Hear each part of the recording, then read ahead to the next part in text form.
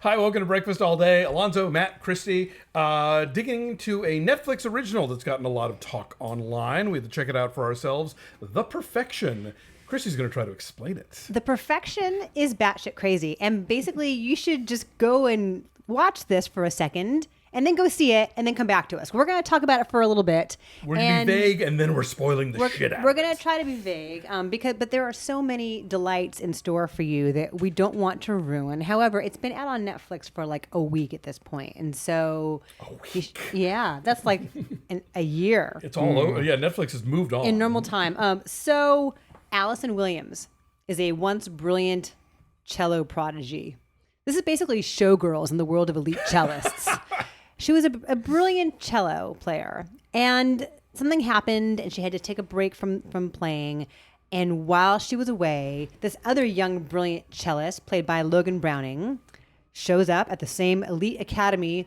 Are there really elite cello academies? I need to know this. Totally. Are there? If there are, they're in Boston.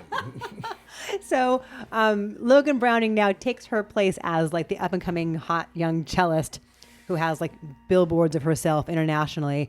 And they connect and they form this friendship, which and becomes then it turns into more. a completely insane movie that Brian De Palma would have made. Yeah. Like, it's totally a De Palma movie. Like, This is De Palma light. It takes like 3 or 4 crazy left turns, and so some of them is successful, some of them maybe not, but it's bonkers. I love the twists. I love the crazy path it takes you on. I think that B movies have a real ability to talk about real world topics in a way that like prestige movies don't. They can sort of distract you with the flash and dazzle and the like sort of genre twists and treats. Give them the old razzle dazzle. Exactly. Razzle dazzle. Yeah. And like, sex and blood and all those things. And then, you can kind of sneak in a message. And boy, when this movie gets to the messagey part, it gets to the messagey part. But didn't you have fun until then? Oh, totally. Yeah. I mean, you think it can't get crazier. And then it does. Yeah. And then it does again. Yeah. And I love Allison Williams in this the way I loved her in Get Out. Because she rides this fine line where she looks like lovely and fresh and accessible and authentic, but there's like a deadpan delivery to some of her like weirder, more bizarre, awesome lines that like has a whole different spin on them than if she had just done them in an over-the-top weird way. Yeah. I love Logan Browning. Actually, you can go back. She was on. She came in to talk about Dear White People with Justin Simeon on What the Flick.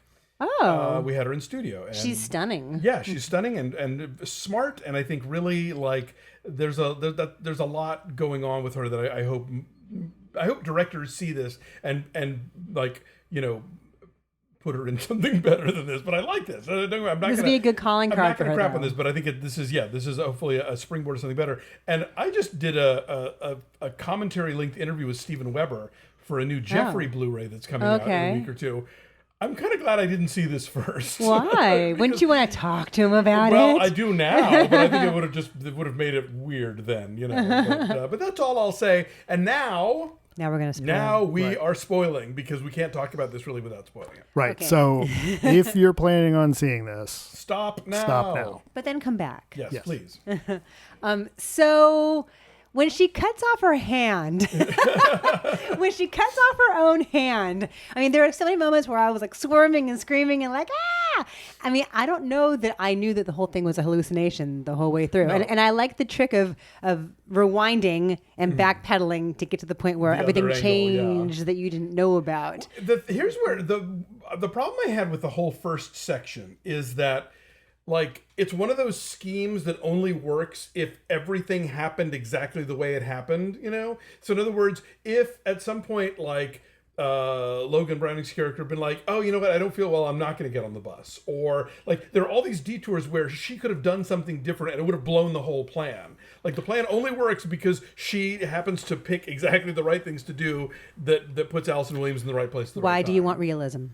I just that's just a thing that bugs me. I'm not sure I necessarily agree with that. I think it's more I think she had the vague plan of like I get more of the sense that like that she tracked down Logan Browning's character and was more like, okay, what am I going to do to break her out of this? And then at some point it's like, it might have been like she was ready to cause some hallucinations, right? And you see like, oh, okay, I could do it that way. Like I think she's improvising, right? I think she's thinking on her feet and like maybe, but if they had gone back to the hotel room to watch pay-per-view, then what? Because that a doctor would have been called and would have blown the whole thing.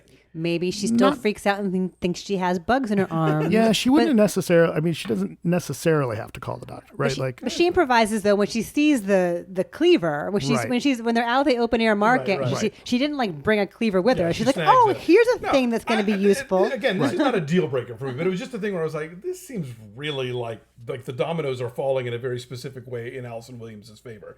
Nonetheless, moving on, I like the fact that first we get this thing where from Showgirls and All About Eve, you're set up for like, the rivals, but no, they immediately hit off mutual respect, have sex, like it becomes this whole thing, and then the cleaver comes out, and then you go back and find out that there were noble intentions behind the cleaver, and then the whole second act happens, and then you find out that the kidnapping, again, noble intentions, and that the real villain of the piece is of course Steven Weber.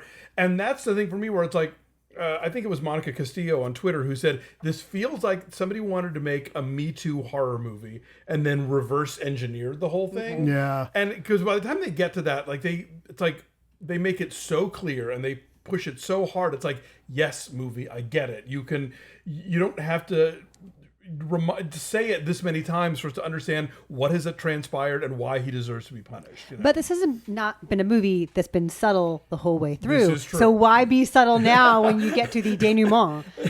Yeah, but the last shot of them playing together is amazing. That seemed a little over the top. Like, of course. I mean, by that point, I'm like, why not? No, That's I know. the point. There's a lot I liked in this movie, but it felt like it was too obvious about pulling from other, like it wore its influences too obviously. Like there's a lot of Brian De Palma, and then there's a lot of like Frankenheimer shots in this, right? Like the classic John Frankenheimer, where you've got someone in focus real close up in the frame and also far off, Split right? diopter. Yeah, right. That's a De Palma trick. Well, but Frankenheimer was doing that. And Wells for right, that. right. I mean, there's a lot of that going. I mean, it made me think of like The Train and some of the other Manchurian Candidate, right?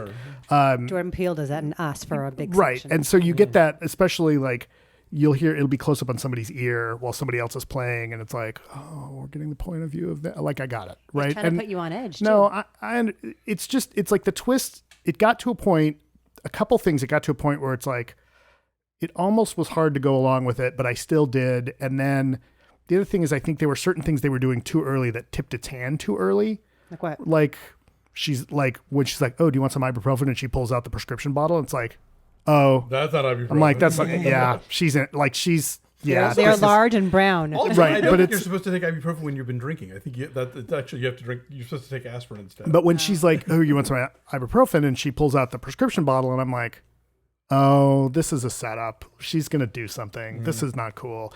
And it also just felt a little like it was like dirty and not necessarily in a good way. Like it's like I get the Me Too thing. It's like it. At times it felt a little too exploitative. Again, I mostly enjoyed it, and I'm like, this movie's bonkers. But then, well, I think the fact that they put it in such a classy milieu, the world of the high power sort of competitive world of classical music, and these fancy Shanghai hotels and stuff, it sort of lulls you into not expecting it to get like down and dirty. Right, but then, but you can look to movies like Eyes Wide Shut, right? Where it's like sneaky, fancy people who, look very refined and powerful, but they're really like dirty. Right, but then what they do to the end of him, like at the very end, which is basically the pain from Princess Bride, right? Instead of to the death, they fight to the pain, and here's what'll happen. Oh, right. Yeah. Like they do that where all they leave is his ears, like... If they really wanted to torture him, they'd been playing wrong notes. Like they'd be playing close. I was like, come on. Like you really want to torture him? They would get up there and they would play like Grandma Got Run Over by a Reindeer, and they would do it pitchy.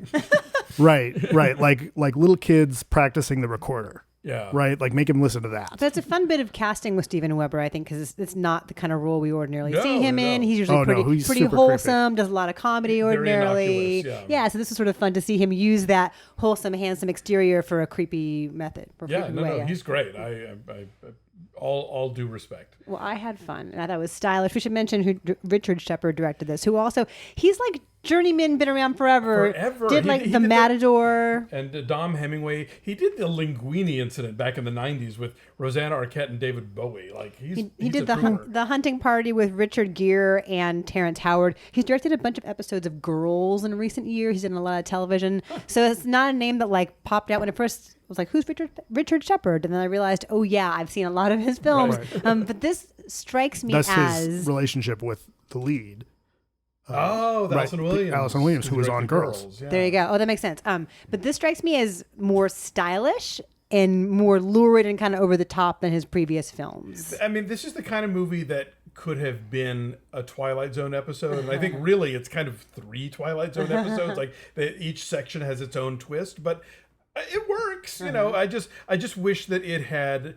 If it hadn't driven the point home so much, it wouldn't have felt like the point was so obvious. You know what I'm saying? Yes. Not that the point isn't a valuable one or worth making, but it's also worth being subtle about. What was the movie with Philip Seymour Hoffman and Ethan Hawke and Marissa Tomei where they kept Before the Devil Knows You're Dead. Right. Like there's a bit of that going on, right? Like you'll get to a scene and then it goes back and Sidney Lumet. Yeah. Great movie. Okay, so I'm saying 8.7. I had a really good time. Woo. You know what? I'm gonna go up. I'll say 7. Okay. I'm staying with 6. Like it's all right. It was a little much for me. Okay. So that's a 7.3. Okay. Thanks for doing that real fast, Alonso. It is at 85% on the tomato meter. So it's on Netflix now. So hopefully you have already seen it and enjoyed our conversation about it. Yeah, check it out. Why not? Thanks for watching.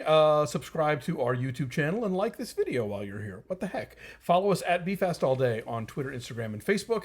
And head over to patreon.com/BeFastAllDay to check out our Patreon page where we offer our TV recaps, including this week, the finale of Fosse Verdon, trailers, movie news, and all kinds of other cool stuff. And on Friday, I am physically actually moving, but these guys are going to do Godzilla, which you and I are seeing tonight, yes? Alonso's already seen it. Yep. You and Nick and I are going to go see it tonight. So they'll have Nick's going, forget He's it. so pumped. We on the way to school, we looked up who are the 17 monsters that Godzilla's going to fight. 17. You can count them along the way. Were there 17, Alonso? I was too dazzled. I need to go back and watch it again. So these guys will have a review of that on Friday. 17. And then on Monday, I have an a la carte interview with Teresa Farrell, who is a longtime ballerina, and she's the executive director of the American Contemporary Ballet here in LA. She is lovely and sweet, and we talked about ballet movies and dance movies and just what it takes to be a elite ballerina, different from being an elite cellist. I will dance the Black Swan. We talked about Black Swan. I bet you did. So that's on Monday, so hang around for that. Bye. Thanks. Bye-bye. Thanks.